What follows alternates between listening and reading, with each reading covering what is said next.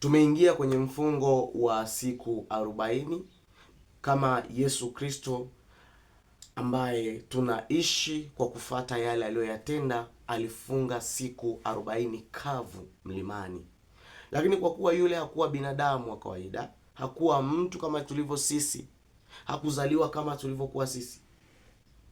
Sisi tutafunga siku 40 kwa masaa 12 kila siku, yaani asubuhi mpaka jioni, asubuhi mpaka jioni. Mfungo huu ni mrahisi sana kwa mtu yote ana uwezo wa kufunga. Usisingizie vidonda vya tumbo, maana vidonda vya tumbo vinapona. Ukifunga kimwili, lazima vidonda vya tumbo vitakuumiza.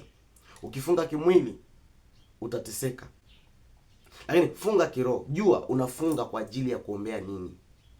Kila siku tunaishi maisha ambayo tunamhitaji Mungu sana. Tunaishi maisha ambayo tunamhitaji Mungu. Tuna vingi vya kuviombea, tuna vingi vya kuvikabidhisha mikononi mwa Mungu. Kwa hiyo usifunge eti leo sintakunywa pombe, huu mwezi sintakunywa pombe kwa sababu ni mwezi mtukufu au ni mwezi wa hivi. Kama ulikuwa unafungia pombe, vingine unatumia tu vyote.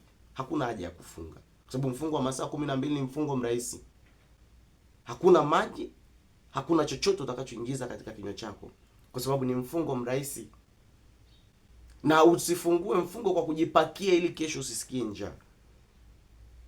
Fungua kwa kawaida kama ilivyo desturi hivyo, na kesho ingia kwenye mfungo. Zumuni la mfungo huu ni kuua nguvu za mwili na kuinua nguvu za kiroho.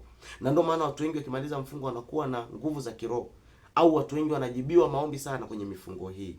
Usikose na usiache kufunga kwa kisingizio chochote kile. Hatuna sheria nyingi sana katika kufunga kwetu, bali Mungu anahitaji unyenyekevu wako na uaminifu wako katika kufunga. Nikutakie mfungo mwema.